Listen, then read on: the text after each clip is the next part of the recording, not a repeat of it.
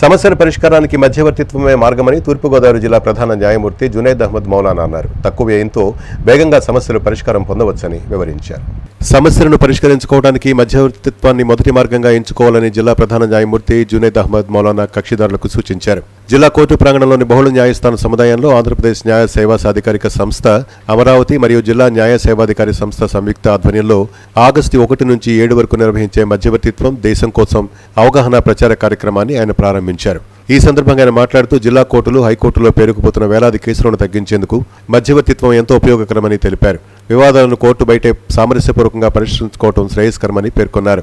సాధారణ కోర్టు విచారణ సమయం ఖర్చులతో కూడుకున్నదని, మధ్యవర్తిత్వం ద్వారా తక్కువ వ్యయంతో వేగంగా పరిష్కారం పొందవచ్చని వివరించారు. మధ్యవర్తిత్వంలో ఇరుపక్షాలు పరస్పరం చర్చించుకుని తమ వివాదాలను శాంతియుతంగా పరిష్కరించుకోవచ్చని, దీనివల్ల మనస్పర్ధలు తొలగి అనుకూల వాతావరణంలో సమస్యలకు పరిష్కారం లభిస్తుందని చెప్పారు.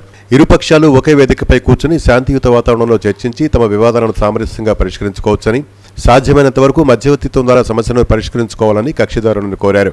మధ్యవర్తిత్వం యొక్క ప్రయోజనాలను, కరపత్రాలను జిల్లా ప్రధాన న్యాయమూర్తి స్వయంగా పంచిపెట్టారు. కార్యక్రమంలో వివిధ కోర్టుల న్యాయమూర్తులు, రాజమహేంద్రవరం బార్ అసోసియేషన్ అధ్యక్షులు CHV Prasad, legal defence council సభ్యులు, న్యాయవాదులు, శిక్షణ పొందిన మీడియేటర్లు, పారాలీగల్ వాలంటీర్లు తదితరులు పాల్గొన్నారు. East Godavari, west Godavari, Chittoor, Guntur, Visakhapatnam Krishna district.